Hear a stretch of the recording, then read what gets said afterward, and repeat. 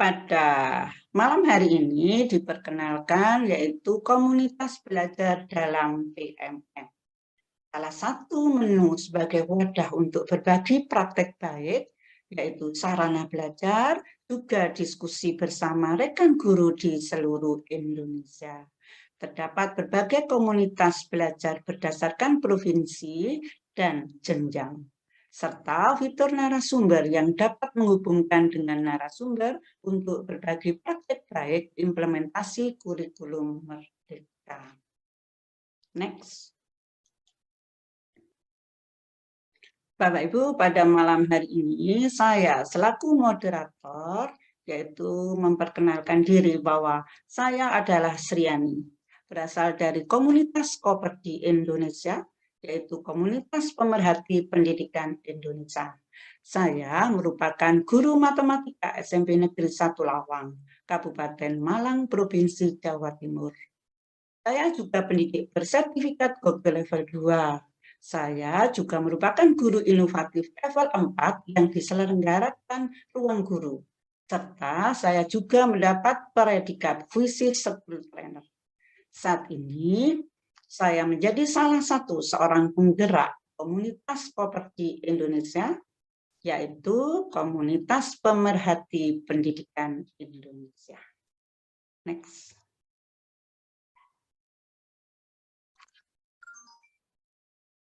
Next.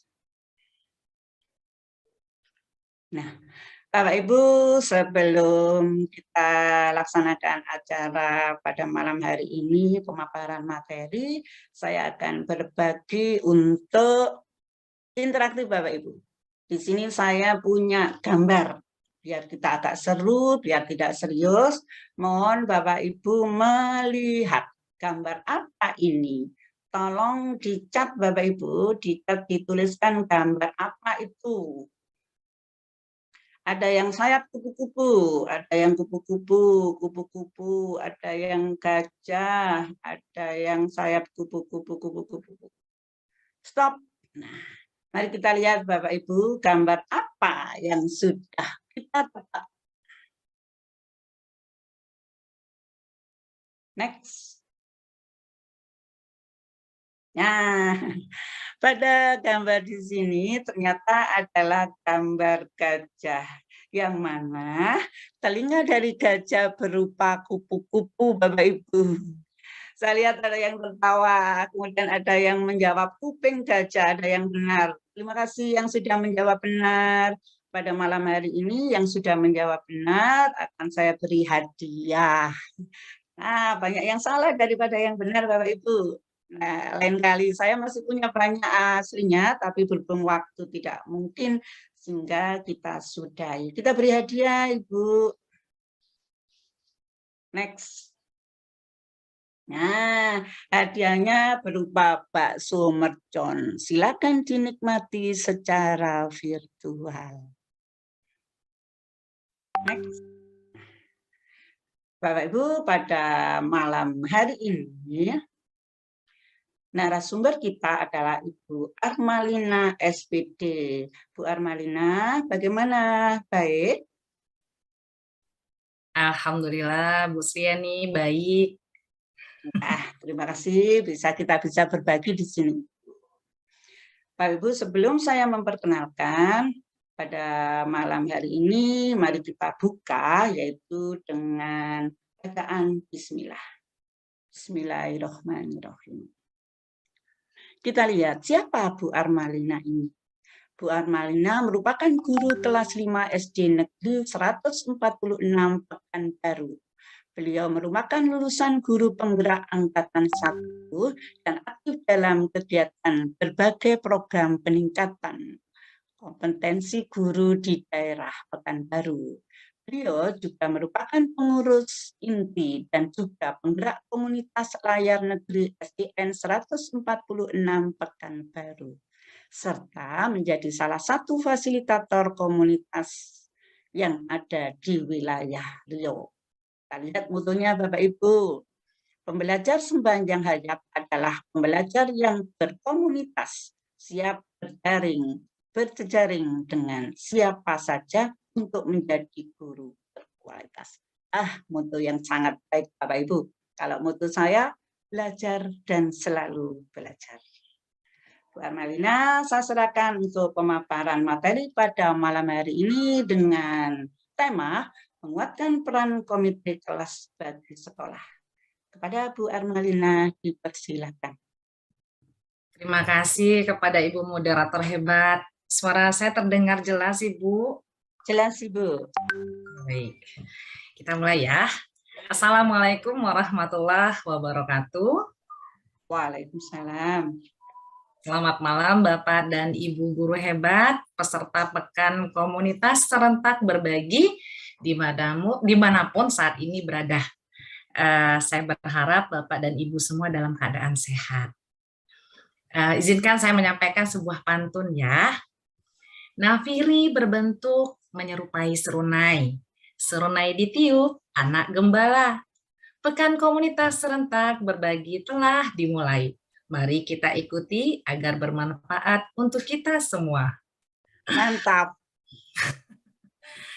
Baik Bapak Ibu guru hebat, izinkan saya agar dapat menyampaikan praktik baik yang telah saya lakukan di dalam kelas sesuai dengan judul, yakni menguatkan peran komite kelas bagi sekolah.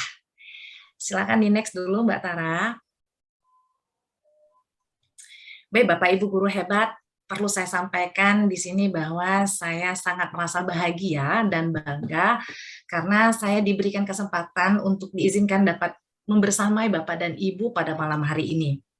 Seperti yang telah disampaikan oleh Ibu moderator hebat kita tadi, bahwa saya merupakan lulusan dari guru penggerak angkatan pertama. Disinilah Bapak Ibu guru, titik balik saya dalam memulai inovasi ini. Saat saya menjalani pendidikan guru penggerak selama 9 bulan, ada banyak sekali ilmu terapan yang dapat saya lakukan di sekolah. Salah satunya adalah mengenai budaya positif, yakni kesepakatan kelas. Dalam kesepakatan kelas ini, Bapak dan Ibu, saya melibatkan dan menentukan komitmen bersama yang akan dilakukan di dalam kelas bersama murid-murid saya, dengan cara meminta mereka untuk menuliskan keinginan mereka dan menempelkannya pada papan tulis, lalu mereka akan menuliskan impian-impian yang mereka ingin capai, ya, berkenaan tentang kelas impian. Nah, Bapak dan Ibu guru hebat, saya pernah mendengar atau membaca quote ya dari James Allen. Dia mengatakan bahwa mimpi ya adalah bibit dari kenyataan. Dari mimpi-mimpi inilah segalanya akan menjadi kenyataan. Silakan next, Bapak. Bapak dan Ibu guru hebat, proses dalam menyiapkan dan melaksanakan inovasi ini dapat saya katakan merupakan perjalanan yang cukup menantang. Sedikit saya ceritakan, pada bulan April 2021 saya mendapat mutasi zonasi ke SDN 146 Pekanbaru. Saya dipersilakan oleh kepala sekolah untuk menempati sebuah kelas. Nah, jika boleh saya mendeskripsikan sedikit tentang kelas saya tersebut.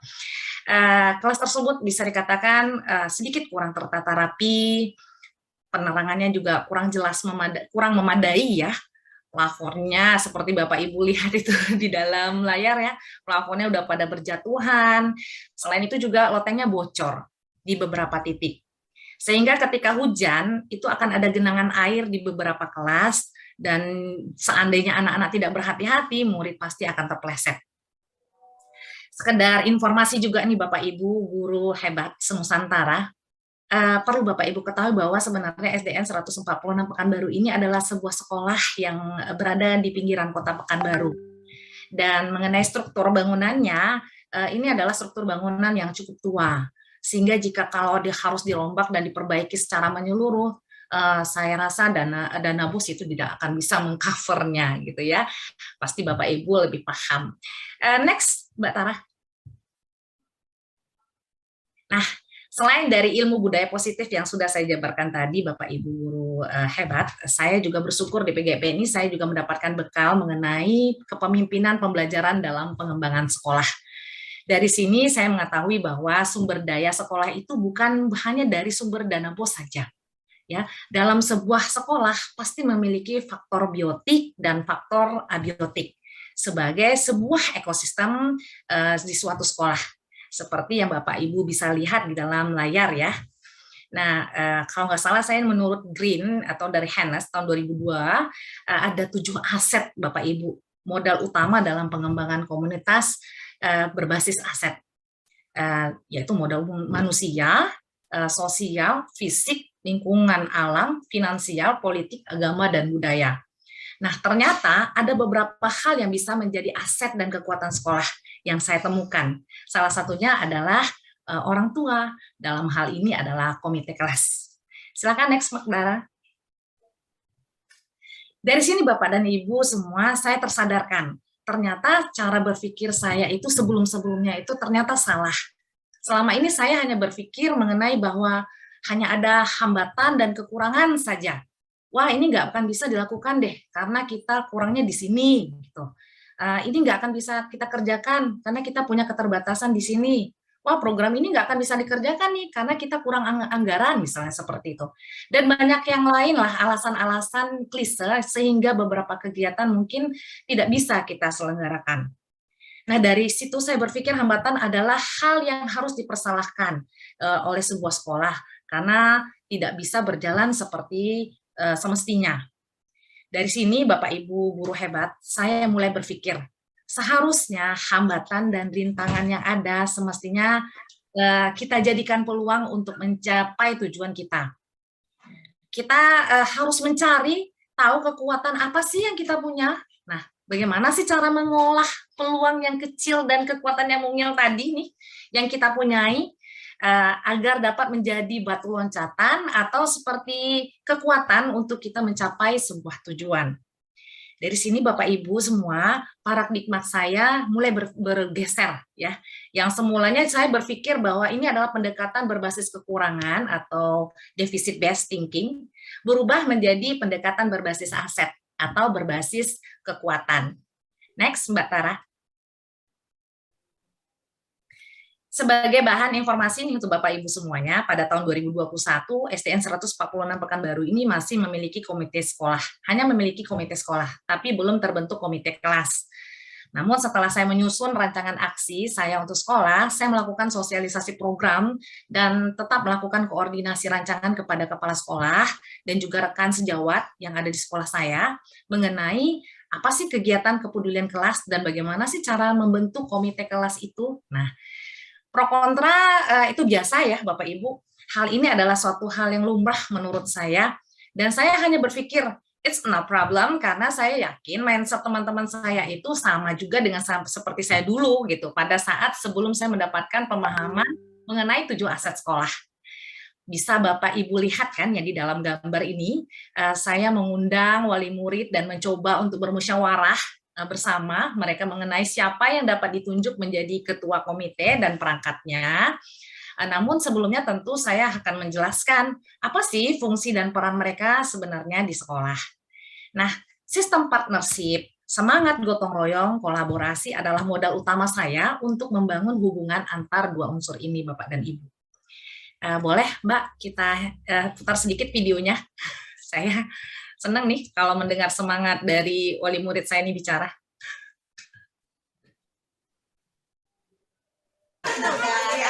Berarti kita hari Minggu jam 8 start sampai selesai.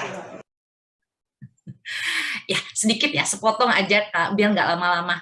Tapi dari potongan video tadi bisa kan Bapak Ibu lihat bagaimana bentuk kelas saya sebelumnya. Dan Bapak Ibu bisa lihat kan bagaimana semangat mereka dalam berkolaborasi. Dari semangat mereka inilah Bapak Ibu saya semakin yakin bahwa semua mimpi yang mimpi-mimpi yang diinginkan oleh anak-anak saya itu pasti akan menjadi kenyataan. Silakan next, Mbak.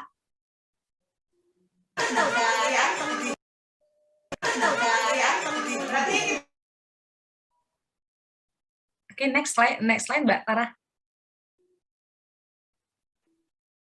Oke, Bapak dan Ibu bisa lihat ya, di sini di foto-foto ini bagaimana cara wali murid saya bekerja sama dalam merenovasi kelas agar lebih nyaman untuk ditempati.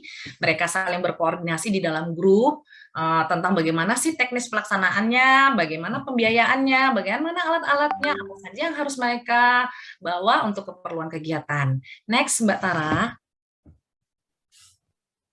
Next, Mbak. Nah, sekarang coba deh Bapak Ibu lihat bagaimana perbedaan dua gambar ini. Di atas adalah keadaan kelas saya sebelum tersentuhnya inovasi dan renovasi yang sudah dilakukan oleh komite kelas. Nah, sementara yang di bawah ini adalah keadaan kelas setelah adanya aksi nyata. Di sini Bapak Ibu bisa lihat kan bagaimana perubahan kelas pada awal pergerakan wali murid kelas 5B untuk tahun ajar 2021 sampai dengan tahun 2022. Lanjut Mbak Tara. Nah, pada tahun ajar 2022 sampai 2023, Bapak Ibu, wali murid kelas 5B yang sekarang ini ya, tidak kalah semangatnya dengan wali murid sebelumnya. Para wali murid sangat antusias, bersemangat sekali agar dapat mewujudkan kelas impian peserta didik kami dengan semangat gotong royong, kolaborasi, kepedulian yang sangat tinggi. Next, Mbak Tara. Nah, Bapak Ibu, silakan lihat nih, para wali murid kami tahun ini cukup unik ya. Mereka sepakat ingin membuat gambar 3 dimensi pada kelas. Ada gambar tata surya, pojok baca 3 dimensi. Nah, hal ini dilakukan agar kelas 5B ini lebih berwarna katanya. Dan agar melalui gambar 3 dimensi ini atau 3D ini diharapkan peserta didik kami ini akan berpikir lebih kreatif ya. Nah, ini tahu nggak Bapak Ibu? Ini dilukis dengan tangan sendiri loh. Dan butuh waktu berhari-hari agar bisa selesai.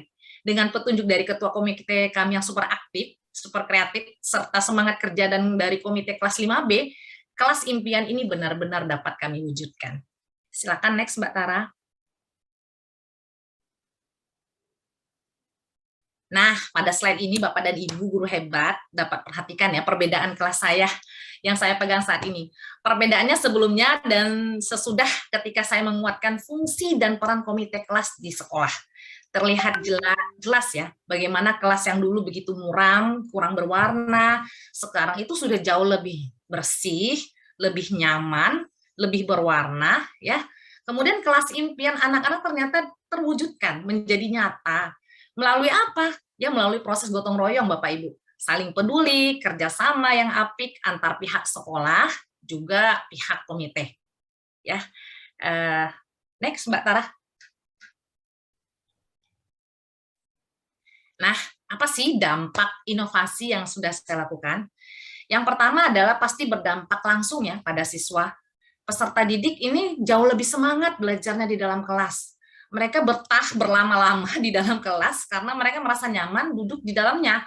Kalau dulu kan enggak, tiap sebentar Bu permisi, terus nggak pulang-pulang, nggak balik-balik lagi entah sekian menit gitu, baru nanti balik lagi setelah dicariin gitu. Nah sekarang enggak, mereka nggak perlu lagi permisi, tapi memang betah di dalam kelas.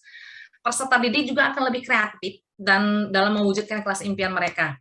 Mereka semangat sekali menghias kelas dan berkomitmen dalam menjaga kebersihannya. Mereka semangat untuk membuat pojok baca, menghiasnya, membuat dinding aksi di dalam kelas. Nah, ini untuk mengembangkan kreativitas dan keterampilan anak-anak juga ini. Nah, selain itu, saya juga dimudahkan ya dengan kegiatan komite ini. Kenapa? Saya dibuatkan dinding refleksi, kemudian saya dibuatkan dinding kesepakatan kelas, ya pojok baca yang sudah ready dengan buku-bukunya. Jadi ini luar biasa sekali. Next, Mbak. Nah, dampak lainnya nih, Bapak Ibu, adalah semangat melakukan hal yang sama oleh rekan-rekan guru yang ada di sekolah saya. Jadi mindset awal mereka yang berpikir bahwa ini adalah sebuah hal yang mustahil, tidak mungkin tercapai, berubah menjadi semangat untuk berbuat. Mereka berupaya melakukan proses aksi ini dengan antusias yang sangat tinggi. Dapat dilihat semua guru, jadi bukan hanya sebagian guru ya, dari kegiatan ini semua guru dan wali murid bersemangat saling bersinergi untuk menghias kelas mereka masing-masing. Mereka berusaha mewujudkan kelas impian peserta didik menjadi supaya berada di dalam kelas mereka itu sama semuanya bagus. Next, Mbak. Nah, dampak lainnya Bapak Ibu adalah semangat membangun dan kolaborasi antar komite kelas dalam wadah komite sekolah. Ini bisa Bapak Ibu lihat, saya ini sedang mempresentasikan tentang program-program yang sudah dirancang berkenaan dengan program sekolah, ya, seperti program peduli sekolah, peduli sesama, family gathering, parenting, dan juga komite menginspirasi. Dan ini luar biasa sekali euforia mereka sangat bersemangat dan benar-benar dapat memberikan dukungan kepada sekolah untuk melibatkan diri dalam setiap kegiatan-kegiatan di sekolah. Yang tak kalah pentingnya Bapak Ibu, dengan menguatkan peran dan fungsi komite kelas ini, ternyata mampu menguatkan juga silaturahmi dan kekompakan antar wali murid. Sehingga komunikasi apapun yang akan kita sampaikan, tentu akan diterima secara positif. Oke, next Mbak Tara. Refleksi pembelajaran yang saya dapatkan adalah saya menyadari tidak ada yang tidak mungkin jika kita mau berusaha. Dari hal ini pula memberikan saya pemahaman bahwa kekuatan besar yang kita miliki itu akan muncul ketika kita mampu menghadapi masalah dan berusaha untuk menyelesaikannya. Dari inovasi ini pula Bapak dan Ibu guru hebat, saya banyak belajar bagaimana harus bersikap, menempatkan diri sebagai insan sosial yang menitik beratkan tentang arti penting sebuah kerjasama dan kolaborasi. Next, Mbak Tara. Nah, ini adalah closing statement dari saya. Saya berpikir adalah begini, hebat sendiri itu biasa. Kalau hebat bersama, itu baru luar biasa. Mungkin sekian dulu dari saya, Ibu Sriani. Kita lanjutkan kepada Ibu Moderator. Assalamualaikum warahmatullahi wabarakatuh. Waalaikumsalam warahmatullahi wabarakatuh. Wah, hebat sekali Ibu Armalina pemaparannya. Patut kita contoh Bapak Ibu di sekolah Ibu yang sangat hebat ini. Kita lanjutkan ke sesi tanya jawab. Sebelum sesi tanya jawab Bapak Ibu, kita lihat info yang sangat penting. Bapak Ibu jangan lupa silakan mengisi link daftar hadir, yaitu juga mengisi kodenya Bapak Ibu. Jika sudah mengisi, sebelumnya dapat lanjut ke tautan kedua. Jadi ada 2 tautan Bapak Ibu. Itu ada tautan presensi, kemudian kodenya jangan lupa 9TIIY. Tidak salah ya Ibu Arma ya, 9TIIY. Kemudian hanya dapat diisi selama sesi webinar ini berlangsung. Sehingga kesempatan yang sebaik-baiknya harus kita gunakan Bapak Ibu. Kemudian tautan dikirim juga lewat kolom chat. Next. Sambil mengisi ya Bapak Ibu, sambil mengisi kita lanjutkan ke sesi tanya jawab. Di sesi tanya jawab saya mendahulukan Bapak Ibu yang ada di resen karena ada banyak sekali itu, ada berapa tadi? 56 ingat saya tadi, sekarang enggak kelihatan. Di sini ada kelihatan Pak Firman Wahyudiansah, ada Bapak Alex, ada Ibu Tina. Kita coba 3 sesi pertama untuk sesi tanya jawab. Kepada Bapak Firman Wahyudiansah disilahkan.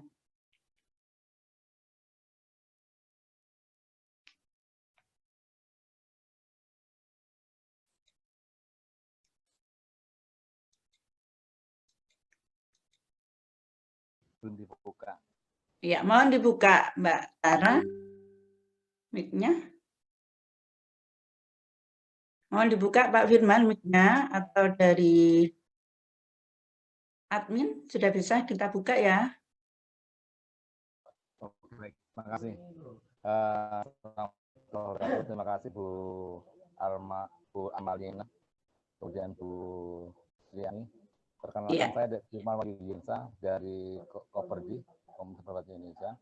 Yang sedikit saya pertanyakan di forum ini terkait dengan apa yang disampaikan Bu Amalia terkait agak keras Pak Firman.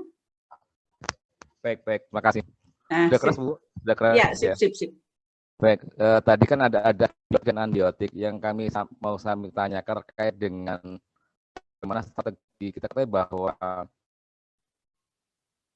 kita kolaboratif, komunikatif, kreatif, dan critical thinking. Artinya terbentuknya kolaboratif pasti dari sisi pendidik di lembaga ibu terbangun sangat bagus sekali, sehingga kolaborasi antar sekolah dengan komite terbangun dengan bagus. Kemudian komunikasinya bagus, kemudian kreativitas anak-anak pastinya dari kreativitas guru-gurunya. Nggak mungkin anak-anak punya kreatif kecuali dari guru-gurunya. Pula kreativitas kegiatan sekolah pasti dari gurunya juga kreatif sekali. Yang kami tanyakan Bu Armalina, bagaimana membangun kepedulian orang tua terhadap kegiatan tersebut? Karena nggak gampang Bu untuk mengajak orang tergabung dalam kegiatan, anggap aja paguyuban sekolah, untuk terlibat di dalamnya. Karena yang pasti pertama membutuhkan waktu, membutuhkan biaya, dan membutuhkan pemikiran nantinya. Karena sebagian kita katanya orang tua sudah pasrah pada orang sekolahnya supaya nanti jadi bagus. Kemudian dilibatkan mengelola sekolah, itu gampang. Yang kami tanyakan kembali lagi bahwa bagaimana strateginya membangun kepedulian orang tua supaya terlibat dalam kegiatan sekolah. Gitu aja Bu, terima kasih. Ya. Silakan Bu Armalina. Baik, terima kasih. Dengan Bapak siapa tadi, Bu Sri? Firman Wahyudiansyah. Bapak Firman ya. Baik, Bapak Firman, saya coba menjawab ya pertanyaannya, bagaimana sih membangun kepedulian para wali murid ini supaya lebih peduli kepada sekolah gitu. Kalau saya boleh cerita nih Bapak ya, pertama kali saya ingin membangun kegiatan ini, kata-kata yang saya dapatkan itu ada pertama gini, Bu Lin, ini sekolah bukan sekolah di tengah kota, ini sekolah nih pada sekolah pinggiran. Sebagian besar ini orang tuanya ini cuma buruh tani, kemudian ada buruh pabrik juga gitu. Sebagian besar juga ada yang pemulung gitu. Seperti itulah paradigma yang atau kata-kata yang disampaikan ke saya. Lalu ketika ini saya lakukan Bapak Ibu guru hebat, saya tidak meminta. Nah, itu yang saya lakukan. Saya hanya mengumpulkan dan saya berusaha untuk berkomunikasi. Kalau di dalam pendidikan guru penggerak itu ada pendidikan coaching. Saya mengcoaching wali murid saya di dalam kelas waktu itu dalam forum diskusi. Apa sih yang Bapak Ibu rasakan ketika duduk di dalam kelas? Nah, itu dari pertanyaan seperti itu dulu. Kemudian lalu nanti saya akan bertanya lagi, kira-kira apa ya yang Bapak Ibu bisa lakukan untuk memberikan kontribusi nih di kelas kita. Jadi saya tidak meminta, saya maunya kipas angin, saya mau kelasnya dicat, saya mau harus begini.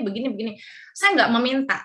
Namun saya buktikan dulu bahwa saya merupakan guru yang benar-benar peduli pada anak-anak. Ketika kita memperlihatkan bahwa kita adalah guru yang benar-benar sangat care pada anak-anak, bukan hanya care terhadap kognitifnya saja, tapi juga kita care pada psikologinya anak-anak tersebut, kemudian anak-anak itu mudah untuk curhat pada kita, secara tidak langsung nanti si anak ini akan menceritakan lagi kepada orang tuanya. Ternyata ini saya baru tahu akhir-akhir ini ya, ternyata mereka juga menceritakan, Bu Lin tuh begini. Dari itulah keterikatan hati antara kita dengan wali murid itu Bapak Ibu. Jadi kita berbuat saja, lalu ketika kita berkomunikasi itu namanya, kita sudah tahu ya bagaimana pendidikan andragogi. Andragogi itu punya egosentrisnya cukup tinggi. Jadi kalau kita ajuk-ujuk ketemu itu mau meminta, itu tentu akan menjadi seperti penolakan dari hati kecil mereka. Yang saya lakukan itu pertama kali bukan meminta Bapak, tapi saya menyadarkan, saya minta itu pertama itu cuma pojok baca kecil gitu. Gimana kalau kita buat pojok baca kecil aja, gimana mama? Nggak usah dicat gitu. Kita pakai ini aja, mana tahu ada karpet mama yang di rumah yang udah nggak pakai lagi, saya bilang gitu kan. Yang daripada di pojok berdebu, mendingan kita bawa ke sekolah. Terus kalau ada botol-botol bekas, nah kita buat nih, jadi nggak perlu dana. Yang penting itu mama dan papa itu bersama dengan Bu Ilin di dalam kelas, kita kerja sama-sama sambil cerita-cerita.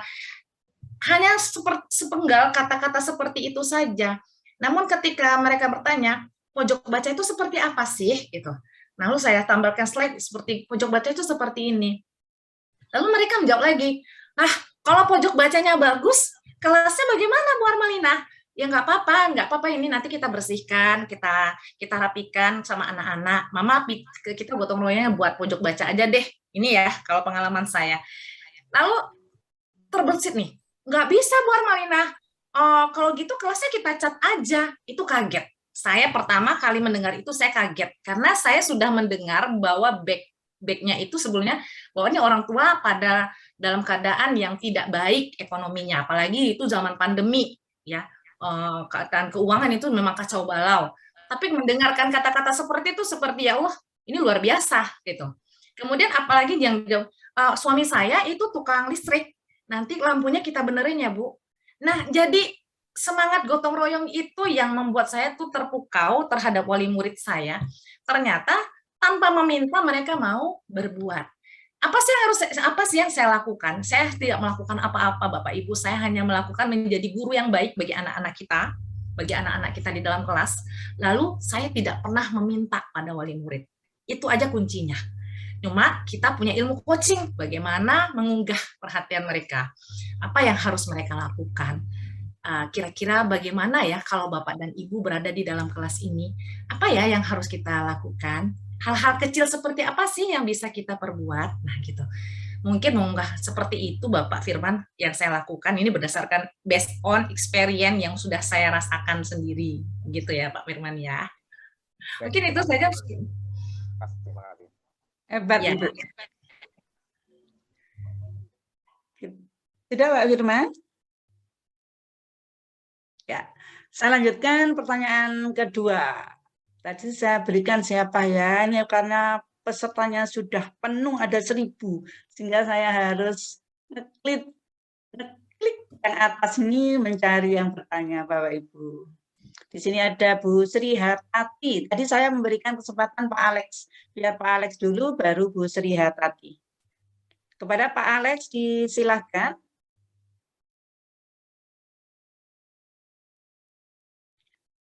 Pak Alex, bisa di-mute? Mbak Tara, bisa dibuka?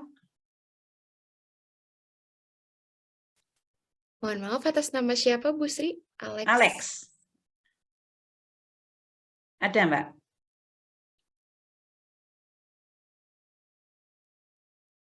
Ada? Tidak ada, Bu Sri. Boleh iya.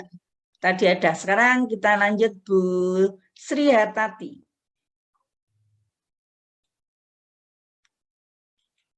Itu kelihatan Bu Sri Hartati. Kelihatan, Mbak Tara? Kelihatan Ibu, cuma kayaknya yang bisa ngasih akses ini Mbak Asri ya. Oh ya, Bu Asri. Baik, Bu. Ya. Bu Sri Hartati itu juga raise hand.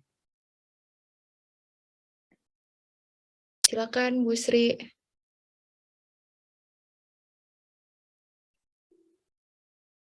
Sepertinya sedang tidak aktif, Bu Sri. Oke. Kita lanjut Ibu Ita Atik. Ibu Ita Atik, SPD.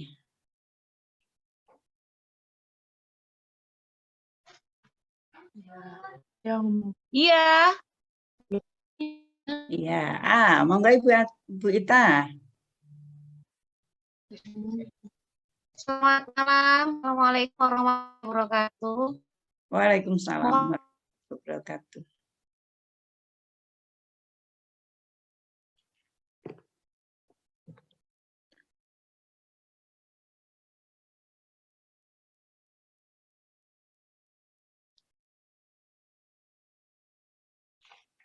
Masih mute itu. Maaf. Dari narasumber terakhir tadi mengatakan kalau bisa seorang guru itu jangan meminta kepada wali murid, tapi bagaimana caranya mancing gitu nggih, dengan istilah bagaimana untuk bisa mereka tertarik dengan ide dan kreativitas seorang guru.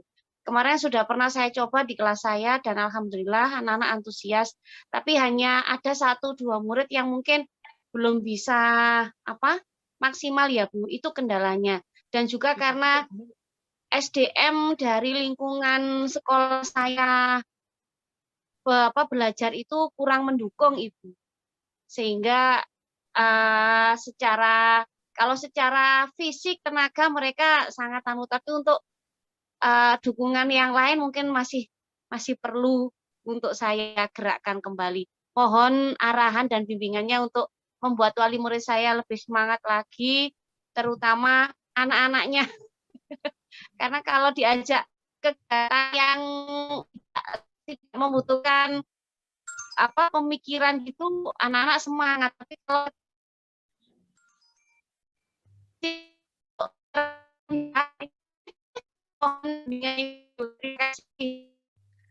Boleh ya, Ibu.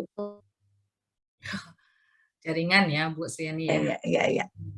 Kadang saya takut punya saya. Jadi inti pertanyaannya tadi? Intinya di sana masih belum sehebat Bu Armalina untuk melaksanakannya, sehingga harus bagaimana caranya begitu sepertinya Ibu. Ya. Mungkin kalau bisa caranya, dikasih sedikit bocoran, Nah, contekannya itu. gimana untuk bisa Caranya. ya, inti dari kegiatan ini atau inovasi ini, Bu Ita dan Bapak Ibu guru yang lainnya, adalah komunikasi. Bagaimana kita mengkomunikasikan apa yang ingin kita raih dan tujuannya ini untuk siapa sih? Apakah untuk pribadi kita, apakah untuk anak? Kemudian lagi kan tadi saya mengatakan tidak perlu meminta, tapi kita gali dengan pertanyaan-pertanyaan pemantik. Apa kira-kira yang harus kita lakukan ya Bapak Ibu? Satu lagi yang mungkin yang saya terapkan ya Ibu, saya tidak menjadikan bahwa ini saya guru, Anda wali murid. Saya nggak seperti itu. Saya menjadikan wali murid saya itu adalah partner saya. Mereka teman-teman saya. Mereka sahabat-sahabat saya.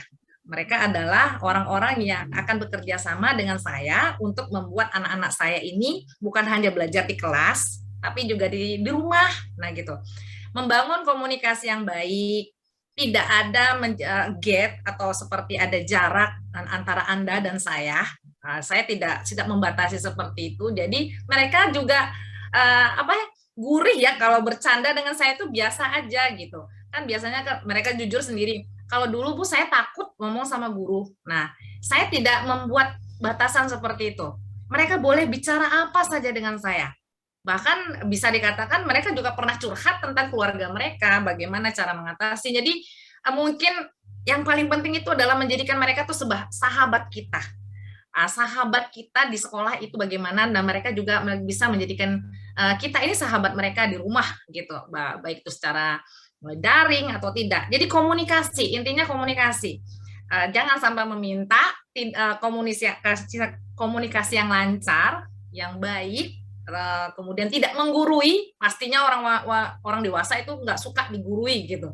Nah, memancing aja kepedulian mereka tuh kira-kira seperti apa. Jadi yang paling penting itu Bapak Ibu guru hebat, saya tidak menjadikan diri saya ini lebih hebat daripada mereka. Saya yakin mereka itu punya juga kehebatan-kehebatan yang luar biasa yang nggak saya miliki. Jadi mereka itu adalah sahabat-sahabat saya. Itu saya lakukan kepada wali murid saya, Ibu Ita. Mungkin itu aja, Bu.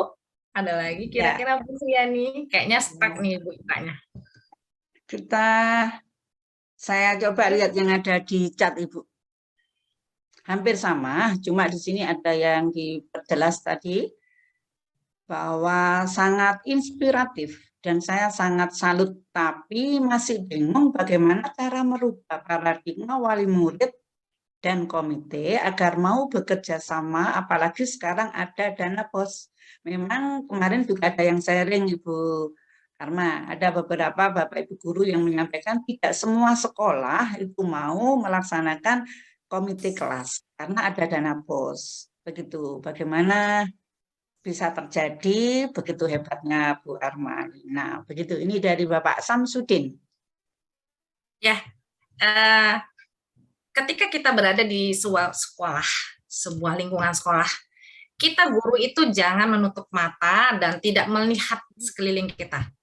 Kita sebagai guru harus juga melakukan kira-kira apa ya kekuatan sekolah ini? Kira-kira apa ya kelemahan dari sekolah ini. Saya memang mengidentifikasi kekuatan dan kelemahan sekolah yang ada di lingkungan SD 146. Kira-kira apa ya kekuatan yang bisa saya jadikan batu loncatan ini untuk kegiatan ini? Saya bertanya, berkomunikasi pastinya dengan pemangku kepentingan sekolah. Saya bertanya bagaimana keadaan dan lingkungan sekolah saya itu sudah saya sebutkan bahwa gedungnya itu sudah tua. Jadi kalau itu dirombak, otomatis itu dana BOS nggak akan bisa mengcover. Itu nggak akan bisa mengcover. Namun, jadi saya berkomunikasi kepada wali murid saya, silakan Bapak Ibu lihat keadaan dan kondisi sekolah kita. Berapa wali, jadi dana BOS itu memang harus terbuka. Jadi transparansi itu memang diperlukan sekali. Kemudian saya juga bertanya komunikasi dengan bendahara BOS, kira-kira ya berapa persen ya kira-kira yang bisa dibantukan untuk perbaikan. Itu saya dengar katanya 30%, hanya 30%, dan itu hanya perbaikan yang sedikit-sedikit saja. Nah, sementara untuk sekolah SD 146 itu Bapak Ibu, itu kayaknya untuk sekolah yang letter L itu kelasnya itu udah parah. Jadi, kalau 30% nggak akan tercover itu dana BOS.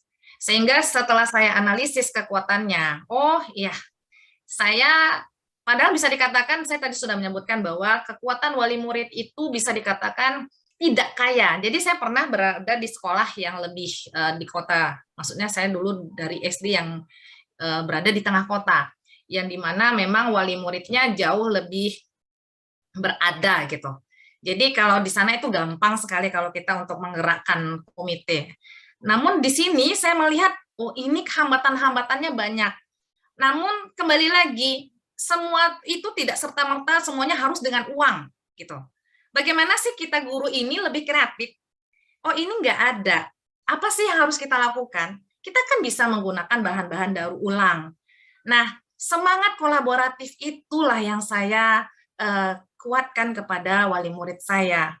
Namun wali murid ini tentu dia akan berpikir, nggak semuanya ya serta-merta harus dengan bahan daur ulang. Apa ya yang harus kita lakukan?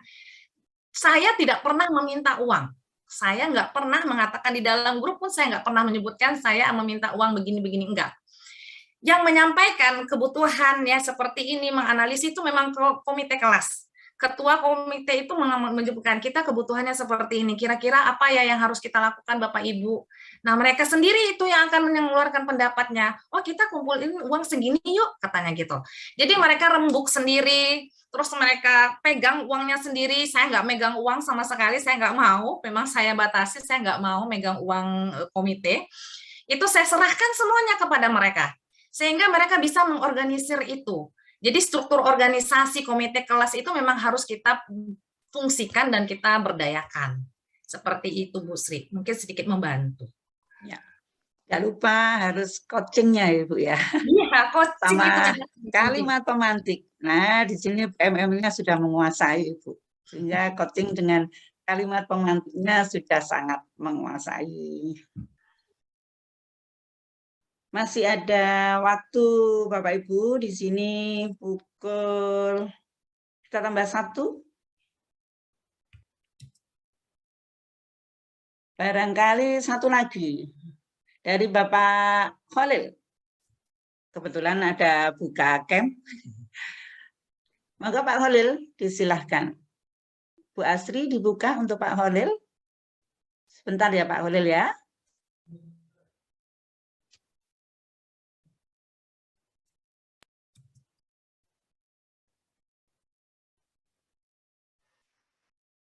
Kita tunggu dulu Bapak Ibu sebentar.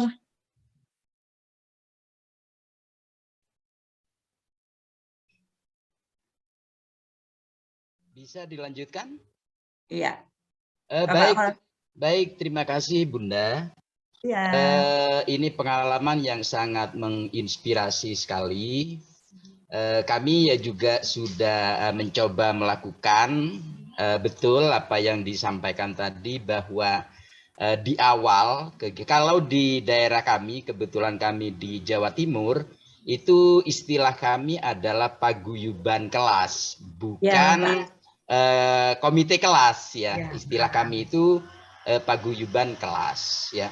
Di awal Betul, kami memang mengundang wali murid dalam rangka pembentukan paguyuban kelas, dan memang apa yang disampaikan oleh Bunda tadi itu betul.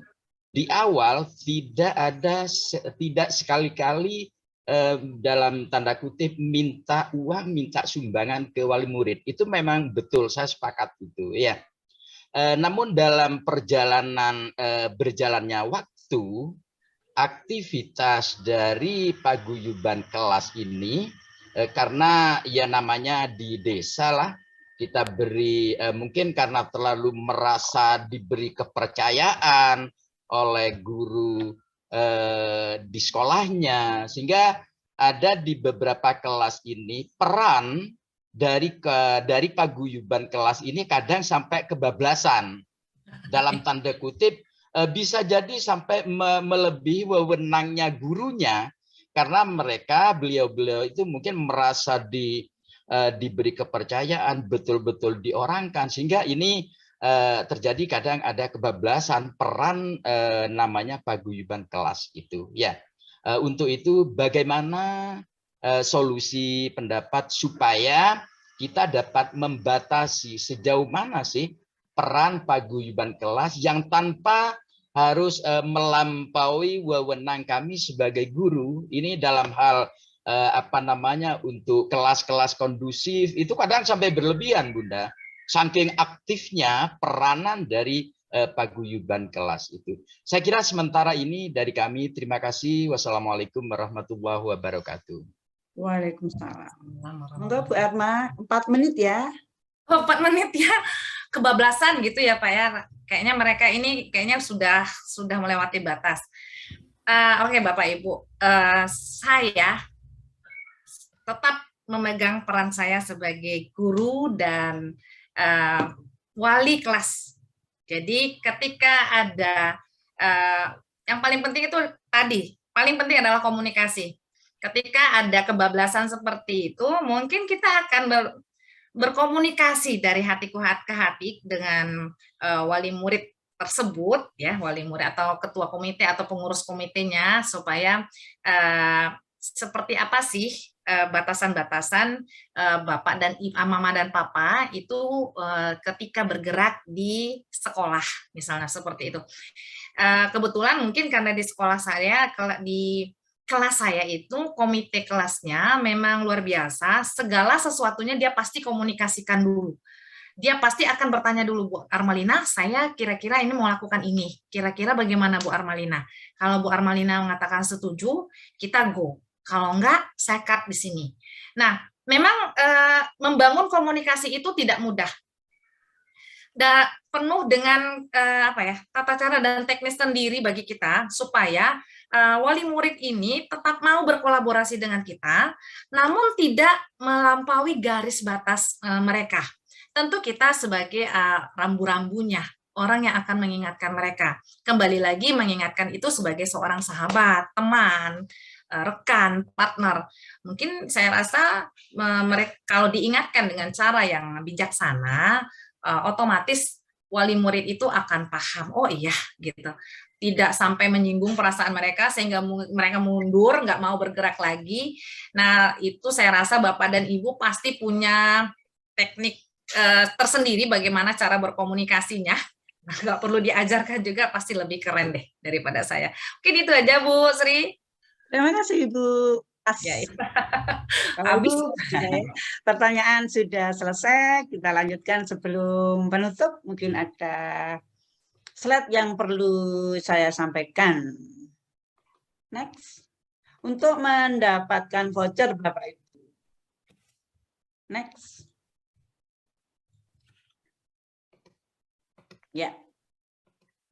Langkah untuk mendapatkan voucher. 1. Isi daftar hadir webinar pada akhir sesi ini. 2. Selesaikan misi hingga 12 November.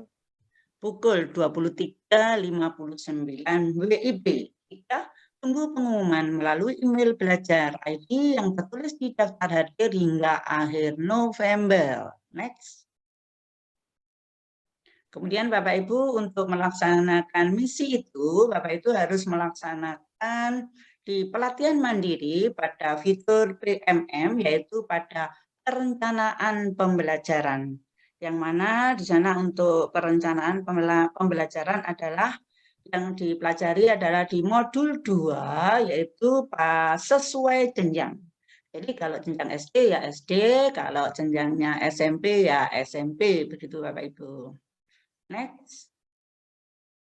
Nah, kemudian untuk di sana Bapak Ibu mengerjakan modul 2 dan kerjakan sampai post-test.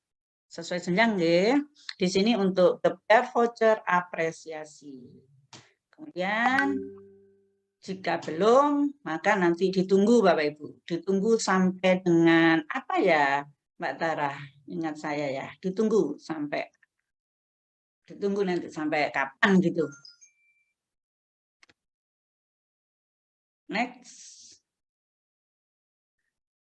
Nah, ini nanti ikuti webinar selanjutnya Bapak Ibu. Kemudian kita lanjutkan di sini. Masih ada 4 menit. Kita foto bersama dulu mungkin. Sebelum foto bersama, barangkali ada yang tertinggal. Saya lihatnya Bapak Ibu. Oh, enggak ada. Di sini terakhir saya mengucapkan terima kasih atas kehadiran semua Bapak Ibu, juga tim PMM yang telah memfasilitasi kami sehingga kami bisa berbagi pada malam hari ini. Kami selaku